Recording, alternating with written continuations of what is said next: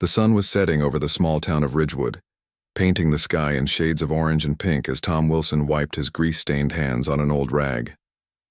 It had been a long day at Wilson's Auto Repair, and Tom was looking forward to grabbing a cold beer and catching the baseball game on TV. At 36, he had owned his modest shop for nearly a decade, tucked away on the less busy side of town where rent was cheaper. "Almost done there, buddy?" called Pete, Tom's only employee, who was already hanging up his blue work shirt. "Yeah, just finishing up Mrs. Henderson's invoice. You head on home to your family." Tom smiled, though his eyes betrayed his exhaustion. Business had been slow for months, and he was barely keeping the lights on. 3 canceled appointments that week alone had him worrying about making rent. Pete nodded and headed out, leaving Tom alone with the familiar smells of motor oil and metal. He glanced around his shop with a mixture of pride and concern. The place wasn't fancy. Concrete floors stained with years of oil spills, walls covered in vintage car posters and tool racks, and 3 service bays that had seen better days. But it was his, built from nothing after years of working for others. Tom was just about to lock up when he heard the unmistakable sound of a car in distress, a high-pitched whining followed by clanking that made him wince. Through the large garage doors, he spotted an old blue Honda Civic limping into his parking lot, smoke billowing from under the hood. "That doesn't sound good," he muttered to himself, setting down his keys and walking outside. The car jerked to a stop, and a woman jumped out, panic written across her face. In the back seat, 2 small children peered curiously through the window. "I'm so sorry," the woman said breathlessly, pushing strands of brown hair from her face. "I know you're closing, but I didn't know where else to go. It just started smoking on the highway." Tom nodded, already moving toward the hood. "Let's take a look." "I'm Tom, by the way." "Lisa," she replied, relief washing over her tired face. "Lisa Chen. Those are my kids, Zoe and Tyler." Tom waved at the children, who shyly waved back before popping the hood. A cloud of steam greeted him, and he stepped back, waiting for it to clear. Lisa stood beside him, anxiously checking her watch. "I'm already late for my shift," she said, more to herself than to Tom. "My boss isn't going to be happy." As the steam dissipated, Tom leaned in to inspect the engine. It didn't take long to spot the problem: a busted radiator hose and a belt that had seen better days. "Not a simple 5-minute fix. You've got a blown radiator hose and your timing belt's about to go," he explained. "That's why it's overheating." "Where were you headed?" Lisa sighed, pulling out her phone. "The Golden Spoon Diner. It's my second job. I just moved here 3 weeks ago, and I'm still trying to get settled." She glanced back at her children. "Let me call my neighbor to see if she can watch the kids while I get a tow." Tom looked at the worried faces of the children, then at Lisa's worn shoes and the textbooks visible on the passenger seat. Something about her determination struck a chord with him. "The Golden Spoon's about 15 minutes from here, right?" Tom asked, making a quick decision. "Tell you what, I can fix this right now. It'll take about an hour." Lisa's eyes widened. "Really? That would be amazing, but I can't afford much right now. Could I maybe pay you in installments?" Tom was already reaching for his tools. "Let's just get you back on the road first. We can figure out the rest later." While Tom worked, Lisa made a quick call to her boss, explaining the situation. Tom overheard enough to understand she couldn't afford to lose this job. The kids eventually climbed out of the car, curious about the garage. "Are those real race cars?" Tyler asked, pointing to posters on the wall. "Sure are," Tom replied from under the hood. "That one there set a speed record at Daytona back in '98. As he worked, Tom learned more about Lisa. She had moved to Ridgewood after a messy divorce, hoping to finish her nursing degree while working 2 jobs. The car had been giving her trouble for months, but every spare penny went to rent and her children's needs. "My dad was great with cars," she told him, handing Tom a wrench when he asked for it. "He taught me the basics, but nothing like this. He always said a good mechanic is worth their weight in gold." "Your dad sounds like a wise man," Tom smiled, connecting the new radiator hose he'd pulled from his inventory. An hour later, the car was running smoothly again. Tom had not only fixed the radiator hose, but also replaced the worn timing belt that would have left Lisa stranded within days.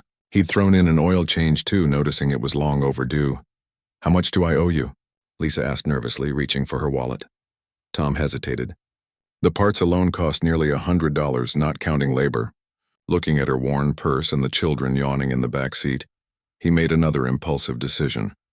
Consider it a welcome-to-town gift, he said, surprising himself. Just pay it forward someday when you can. Lisa stared at him in disbelief. I can't accept that. The parts alone must have cost.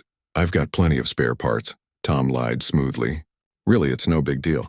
But I would appreciate some business if you know anyone who needs car work. Lisa's eyes glistened with unshed tears. Thank you. You have no idea what this means to me right now. She reached out and squeezed his arm. My kids and I won't forget this. Tom felt an unfamiliar warmth spread through his chest. It had been a long time since he'd done something purely kind without thinking about the bottom line. His own father had been a hard man who taught him that nothing in life comes free, but something about Lisa's situation had touched him. You better get going, he said, suddenly self-conscious. Don't want you to be any later for work. Lisa nodded, gathering her children and helping them back into the car. I'll find a way to repay you, I promise. Just drive safe, Tom replied with a genuine smile, watching as she started the engine. The Honda purred to life, no more concerning noises or smoke. As the blue Civic pulled away, Tom waved to the kids who pressed their faces against the back window. He stood in the parking lot long after the taillights disappeared around the corner, feeling a strange mix of emotions he couldn't quite name. Back inside, Tom locked up the shop and gathered his things, glancing at the empty parts shelf where the radiator hose and timing belt had been. Money was already tight, and his accountant would certainly lecture him about giving away free services. But for the first time in months, Tom felt good about his work. Really good. That night in his small apartment above a local hardware store, Tom skipped the beer and baseball game. Instead, he found himself thinking about Lisa and her kids, hoping they were okay. He thought about his own lonely life, how he'd poured everything into a business that was struggling to survive. Tom had always believed success meant financial stability. Yet tonight, he felt oddly fulfilled despite being $100 poorer. Before turning in, Tom checked his appointment book for the next day. Only 2 oil changes scheduled. He sighed, knowing he needed to attract more customers to keep his doors open. Maybe he'd try some new advertising or offer a special promotion. As he drifted off to sleep, Tom had no way of knowing that in just 3 days, his simple act of kindness would set in motion events that would transform his life in ways he could never imagine. The universe had been watching, and it was about to respond in kind.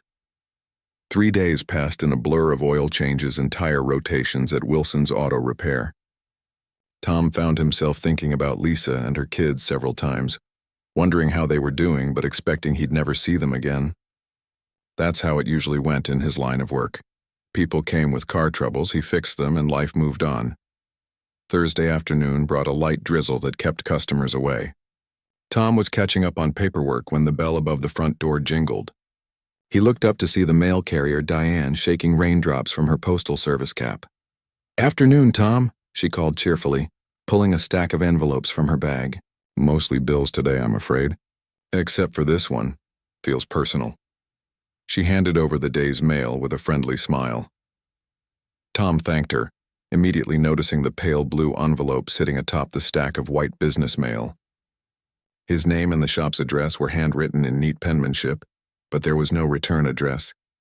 Curious, he set aside the bills and carefully opened the mysterious envelope. Inside was a folded newspaper clipping, slightly yellowed with age, and a handwritten letter on matching blue stationery. Tom unfolded the clipping first, revealing a headline from the Ridgewood Gazette dated nearly 15 years earlier. Local hero dies after saving children from burning school bus. Below the headline was a photograph of a smiling, middle-aged Asian man in casual clothes, identified in the caption as David Chen, 42. Tom stared at the photo, feeling an odd sense of recognition stir in his memory.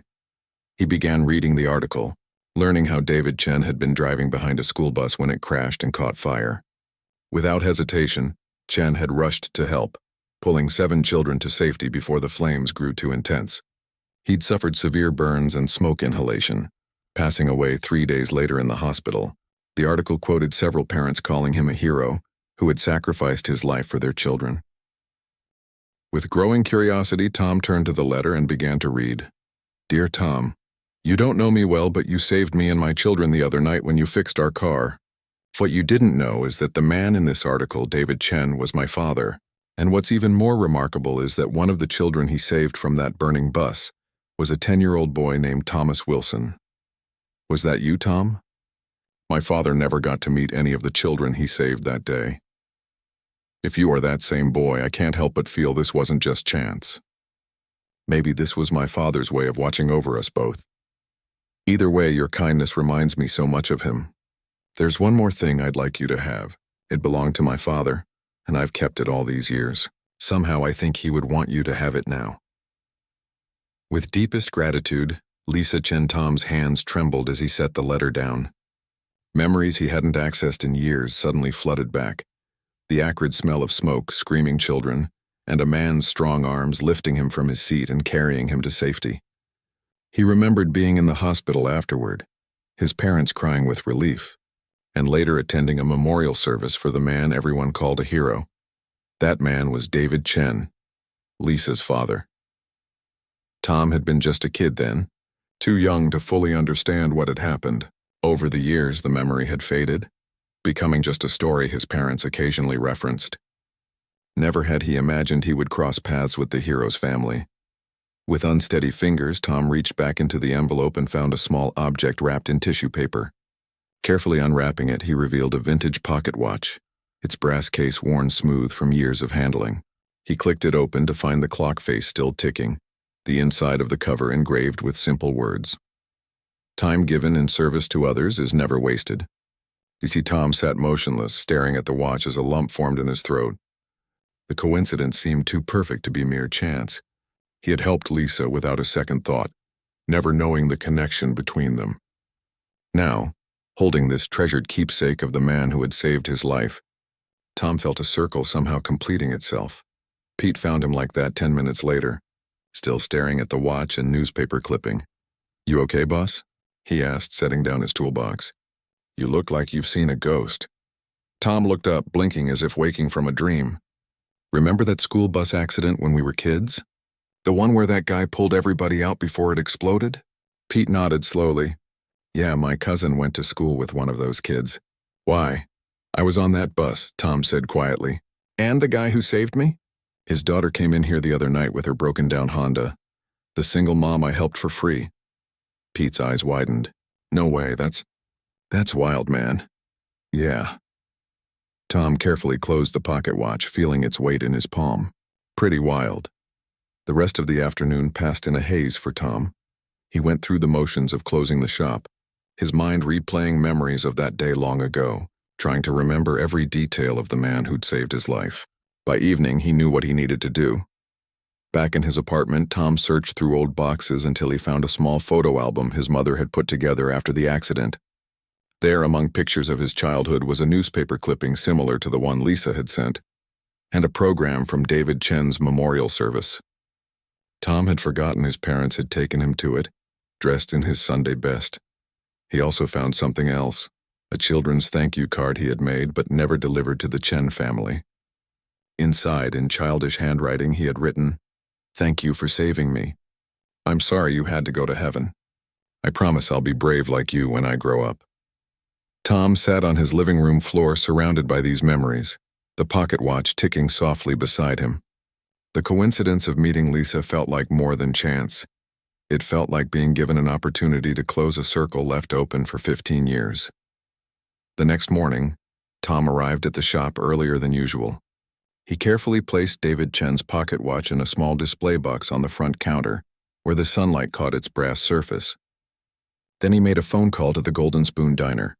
"Could I speak with Lisa Chen, please?" he asked when someone answered. "Tell her it's Tom Wilson from the auto shop." A few minutes later, Lisa's tentative voice came on the line. "Tom, is everything okay?" "Everything's fine," he assured her. "I got your letter. And to answer your question, yes, I was on that bus. Your father saved my life that day." There was a long silence on the other end, followed by what sounded like a stifled sob. "I had a feeling," Lisa finally said. "The moment you told me your full name, something clicked. I just wasn't completely sure." "I'd like to talk more if that's okay with you," Tom said. "Maybe you and the kids could come by the shop? Or we could meet somewhere else if you prefer." "The shop would be fine," Lisa replied. "I'm off tomorrow afternoon." "Around 3? "Perfect," Tom said. feeling a strange mixture of nervousness and anticipation. After hanging up, Tom looked around his small, struggling shop with new eyes. For years he'd been focusing on just getting by, keeping the business afloat without any real purpose beyond survival. Now holding the pocket watch of the man who had given his life saving others, including Tom himself, he felt something shift inside him. Time given in service to others is never wasted. Those words echoed in Tom's mind as he opened his appointment book. Despite the near-empty schedule, he felt a sudden clarity of purpose he hadn't experienced in years. Whatever happened next, he knew his chance encounter with Lisa Chen wasn't really chance at all. It was an opportunity, maybe even a responsibility, to honor the sacrifice made by her father all those years ago. As customers trickled in that day, Tom found himself working with renewed energy, checking and double-checking his work, offering sincere advice rather than pushing for the most profitable repairs. By closing time, he realized he'd made less money but felt more satisfaction than he had in months. Tomorrow, Lisa and her children would return to his shop, and a new chapter would begin, one that had been 15 years in the making. Word spread quickly in small towns, and Ridgewood was no exception. The day after Tom and Lisa's emotional meeting at the auto shop, Tom arrived at work to find an unfamiliar truck parked outside, its driver leaning against the hood waiting for him. "Morning," the man called as Tom approached. "You Tom Wilson? The mechanic who helped Lisa Chen the other night?" Tom nodded cautiously, unlocking the shop door. "That's me. Shop doesn't officially open for another 30 minutes, but if you got car trouble, I can take a look." The man followed Tom inside, glancing around the modest repair shop with interest. "Name's Robert Taylor. I coach Tyler's little league team. Lisa told me what you did for her, and, well, my truck's been making this rattling noise. Thought I'd bring it to you instead of the dealership." Tom relaxed, gesturing toward the coffee pot in the corner. "Help yourself while I grab my tools. Tell me more about this rattling." By the time Pete arrived for his shift, Tom was already underneath Robert's truck, diagnosing a loose heat shield and worn suspension bushings. As the morning progressed, 2 more unfamiliar customers showed up, friends of Lisa, who had heard about Tom's kindness and decided to bring their vehicles to his shop instead of the chain stores they usually frequented. "Busier than usual," Pete commented during a rare quiet moment. He nodded toward David Chen's pocket watch, now displayed prominently on the counter in its small wooden box. "That's got something to do with it?" Tom wiped grease from his hands, considering the question. "Maybe. Lisa mentioned our connection on some neighborhood social media group. Guess people like the story," Pete grinned. "Free advertising. Can't complain about that." By the end of the week, Tom had serviced more vehicles than in the previous month combined. Many customers mentioned knowing Lisa or her father, sharing stories about David Chen's generosity or how he'd helped them years ago. One elderly woman brought cookies along with her car, telling Tom how David had fixed her furnace one winter night without charging her a penny. "He was that kind of man," she explained, placing the cookies next to the pocket watch display. "Always said we're put on this earth to help each other through. Nice to see his spirit living on in his daughter, and in people like you." Tom found himself uncomfortable with the praise but touched by the stories.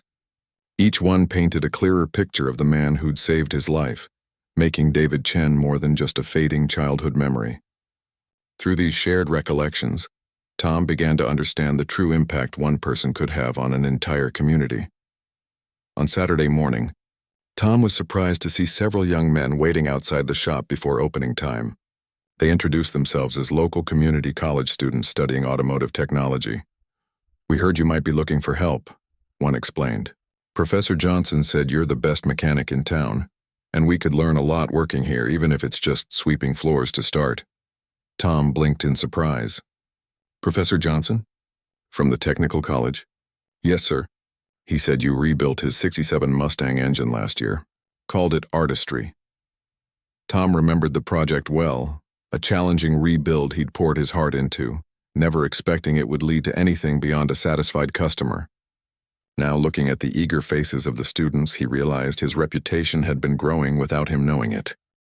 3 days later, Lisa returned with her answer, and her first suggestion. "If we're going to do this," she said, settling into the rickety chair behind the front desk, "we need proper systems. Look at this." She pulled out a tablet and showed Tom a simple digital scheduling program. This would replace that paper appointment book and automatically send reminder texts to customers. Fewer no-shows, better organization. Tom looked at the screen, then back at Lisa's determined expression. How much? Monthly subscription. But we'd save on missed appointments and wasted time. It'll pay for itself within a month. You haven't even started yet, and you're already spending my money, Tom said, but he was smiling. Lisa raised an eyebrow. Do you want things to run smoothly or not? Tom raised his hands in surrender. I know when I'm beaten. Set it up.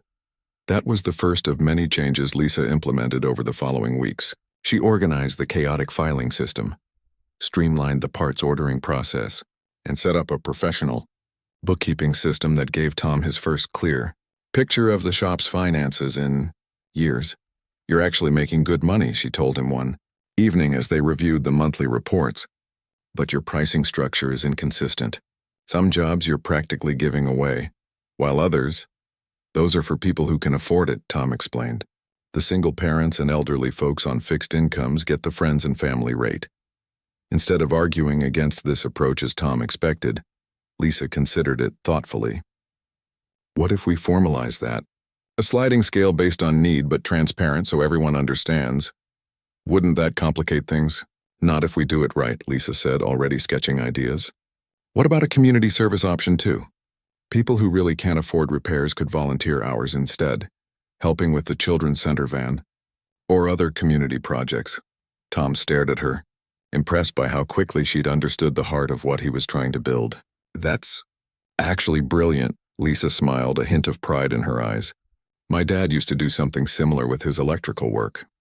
He called it community economics, making sure everyone got what they needed, regardless of what they could pay. They worked late into the evening developing the concept, their excitement growing as the plan took shape. By closing time, they had created something unique, a business model that honored David Chen's spirit while being financially sustainable. The next few months brought steady growth and refinement. Lisa's office management transformed the shop's operations, while Tom focused on the quality of repairs and mentoring the growing team of young mechanics. Pete thrived in his management role, developing a talent for matching the right technician to each job. The sliding payment scale was implemented with remarkable success, bringing in customers from all walks of life.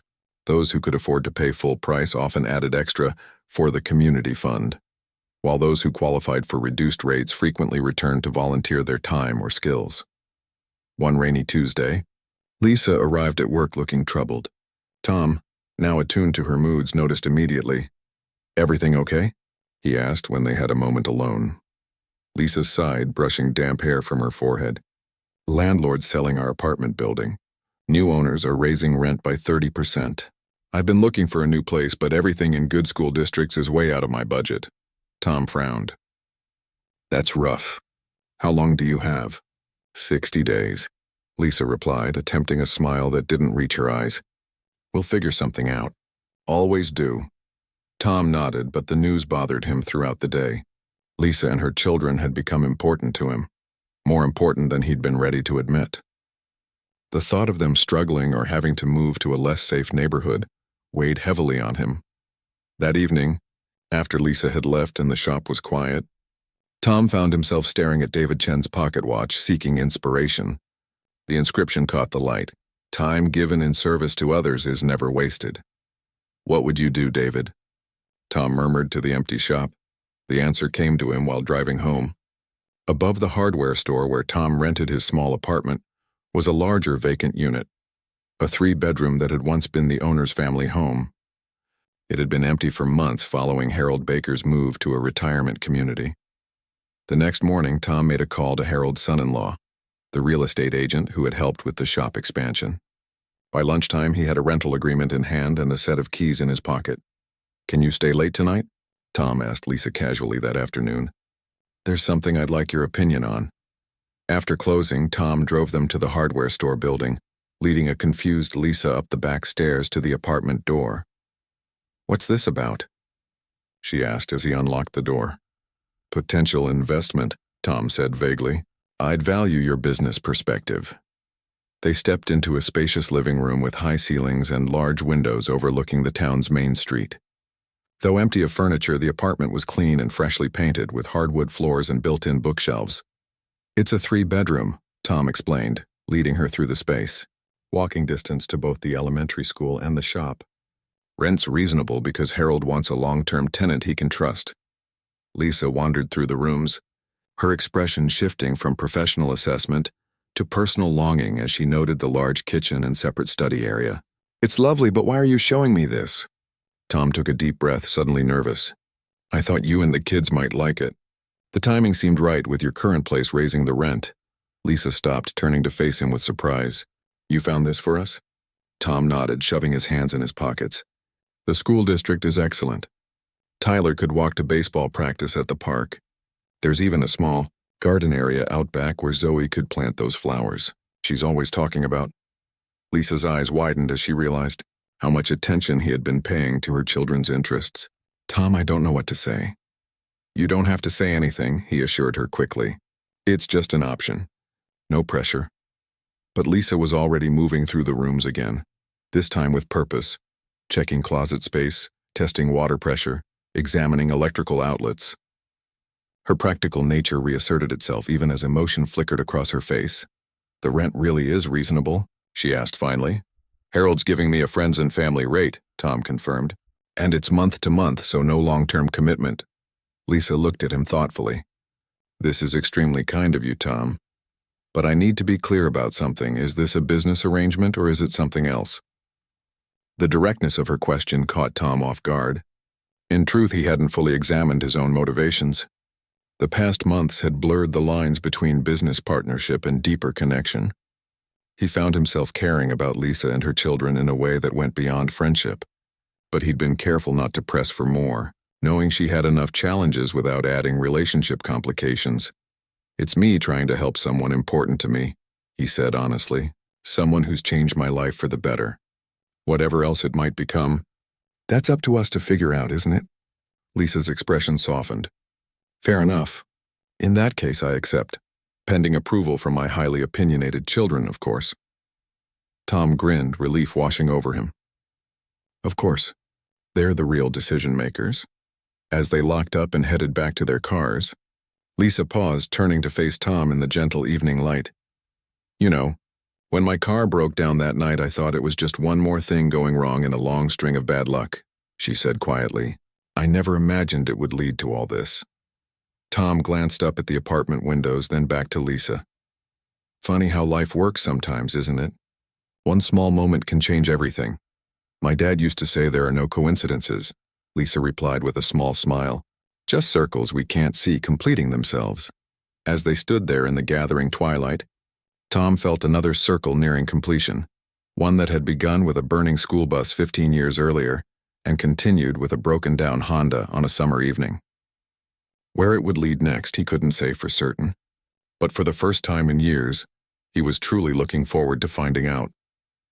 1 year had passed since the night Lisa's car broke down outside Tom's garage. The anniversary wasn't marked on any calendar, but both of them remembered as the date approached. How could they not? That chance encounter had transformed both their lives in ways neither could have imagined. On a bright Saturday morning, Tom stood surveying the parking lot of what was now Chen & Wilson Automotive, watching as employees and customers mingled at the Community Appreciation Barbecue. The shop had grown beyond anyone's expectations, expanding to 3 locations across the county while maintaining the unique business model Lisa had helped develop. "Penny for your thoughts," came a voice behind him. Tom turned to find Lisa approaching, carrying 2 paper plates loaded with food from the grill. "Just taking it all in," he replied, accepting the plate she offered. Hard to believe how much has changed in a year. They found a quiet spot at the edge of the celebration, settling on a bench beneath the shade of an oak tree. From this vantage point, they could see the entire gathering. Pete manning the grill with practiced skill, Harold Baker chatting with customers, and the team of mechanics and O.F.I. staff who now made up their growing business family. "Tyler's baseball team is crushing the competition," Tom commented, spotting the boy demonstrating his pitching technique to a group of admiring younger children. At 12, Tyler had grown several inches over the past year and developed confidence that went beyond his athletic abilities. Coach says he's got real talent, Lisa agreed proudly. And did you see Zoe's science project? First prize. Tom nodded toward where the 9-year-old was earnestly explaining her display to anyone who would listen. Future engineer, that one. A comfortable silence fell between them as they ate, both contemplating the journey that had brought them here. Lisa had completed her nursing prerequisites with excellent grades and had been accepted to the full program starting in the fall. The flexible schedule at the shop had allowed her to balance work, school, and family, while the apartment above the hardware store had become a true home for her and the children. Tom had transformed too. The lonely mechanic who once worked simply to pay bills had found purpose beyond his own survival. The shop's community service program had expanded, now including a scholarship fund for technical college students and regular maintenance clinics where people could learn basic car care. They'd even partnered with the high school to create an internship program for students interested in automotive careers. Your father would be proud, Tom said suddenly, voicing the thought that had been on his mind all morning. Of you. Of all this. He gestured toward the thriving business around them. Lisa's eyes grew momentarily misty. I think he would be. Especially of you. Tom looked at her surprised. Me?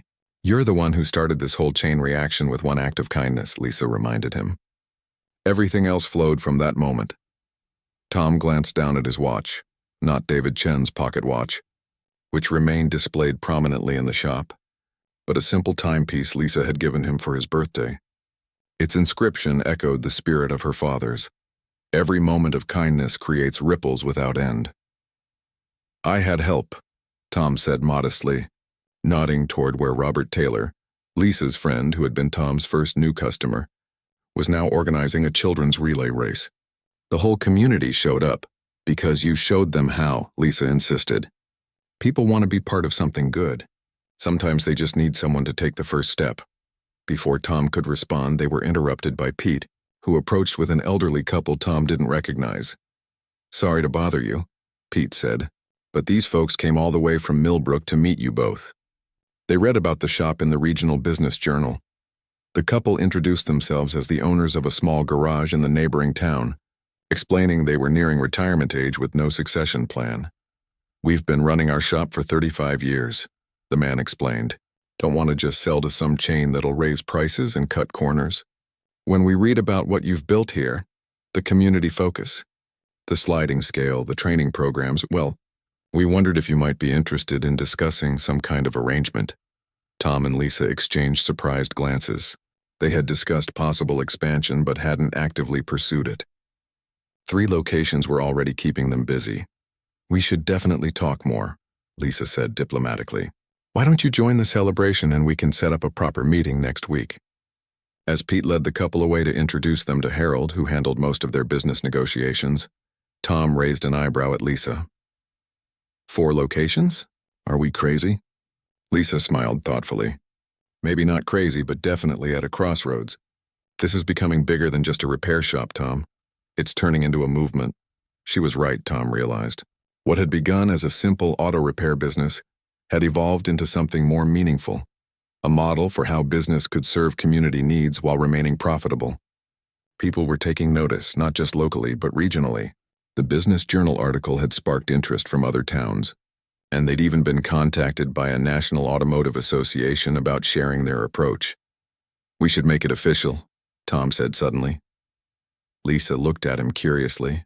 Make what official? Us, this, Tom gestured between them. The business partnership for starters. You've been working on your accounting degree online on top of everything else. You understand the financial side better than I ever will. We should be equal partners on paper, not just in practice. Lisa studied him for a moment. Are you sure? You built this place from nothing, and it would have stayed nothing without you, Tom countered. I was barely keeping the lights on before you came along. Now look at it. He waved toward the bustling celebration. This is as much yours as mine. More, maybe. Lisa was quiet for a long moment, her eyes taking in the scene before them. Okay, she said finally. Equal partners it is. Tom nodded, satisfied but suddenly nervous about his next question. Their relationship had evolved over the past year. moving gradually from business associates to friends to something deeper, neither had fully defined. Tom had become a fixture in the children's lives, helping with homework, attending school events, teaching Tyler about cars, and encouraging Zoe's scientific curiosity. He'd joined their family traditions while bringing new ones of his own. They functioned in many ways like a family unit, yet they'd been careful about crossing certain lines, both protective of the children's feelings and conscious of how a failed romance might complicate their business relationship. "I've been thinking about something else too," Tom said, gathering his courage. Before he could continue, they were interrupted by Zoe, who came running up with excitement written all over her face. "Mom! Tom, you have to come see. Mr. Baker brought the old photos of Grandpa from when he was on the Chamber of Commerce. You're in one of them, Tom, from when you were a kid at the memorial service." Both adults rose to follow the excited child, the moment temporarily suspended. The crowd had gathered around a display of photographs Harold had arranged on a table, showing David Chen's involvement in the community over the years. There, among faded pictures of ribbon cuttings and charity events, was a newspaper photo from the memorial service following the school bus accident. In the background, barely noticeable, stood a solemn young Tom with his parents. "Isn't it amazing?" Harold was saying to the gathered crowd. "Full circle, that's what this is." David would be over the moon seeing how his legacy has grown. As people murmured in agreement, Tom felt Lisa's hand slip into his. The gesture wasn't unusual. They'd grown comfortable with such casual contact over months of working closely together. But something about this moment felt different, weighted with significance. The celebration continued around them, but Tom led Lisa away from the crowd, back to their quiet spot beneath the oak tree. It was time to finish what he'd started to say. "I've been thinking," he began again, "about the apartment." Lisa looked puzzled. "What about it? Is Harold selling the building?" "No, nothing like that. It's just," Tom took a deep breath, "my place downstairs is too small. Has been for a while." Understanding dawned in Lisa's eyes, but she waited for him to continue. "The kids are growing fast. Tyler's going to be a teenager soon, and with you starting nursing school full-time in the fall, having another adult in the house may make things easier." Lisa's expression remained carefully neutral. "Are you suggesting what I think you're suggesting?" Tom nodded, suddenly finding it difficult to maintain eye contact. "I'm not trying to rush anything. We could start with me just moving into the spare room if that's more comfortable, but I want you to know I'm all in. With the business, with the kids, with us, whatever that looks like."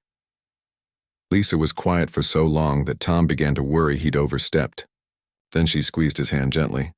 "You know, for a guy who rebuilt an entire business from the ground up, you can be remarkably cautious," she said with a small smile.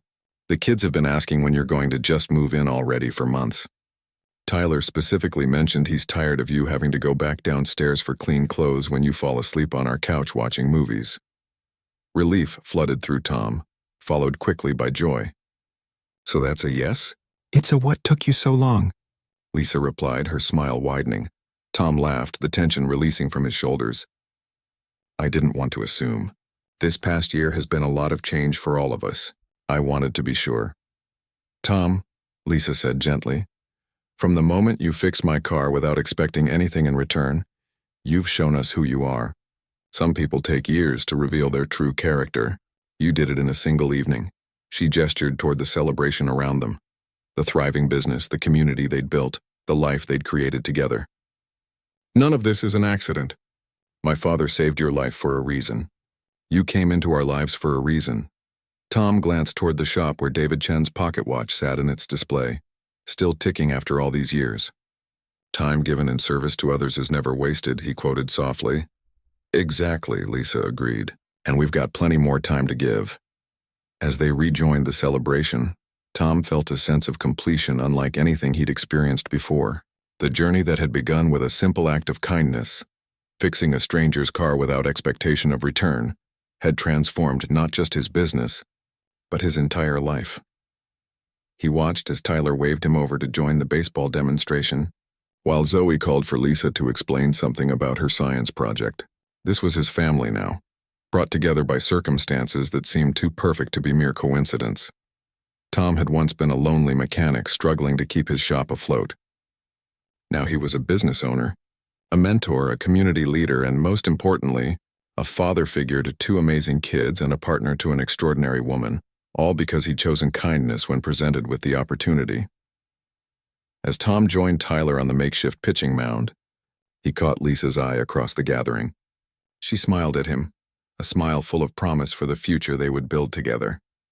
In that moment, Tom understood with perfect clarity what David Chen had known all along. The truest wealth comes not from what we acquire, but from what we give away. And by that measure, Tom Wilson was now the richest man in town.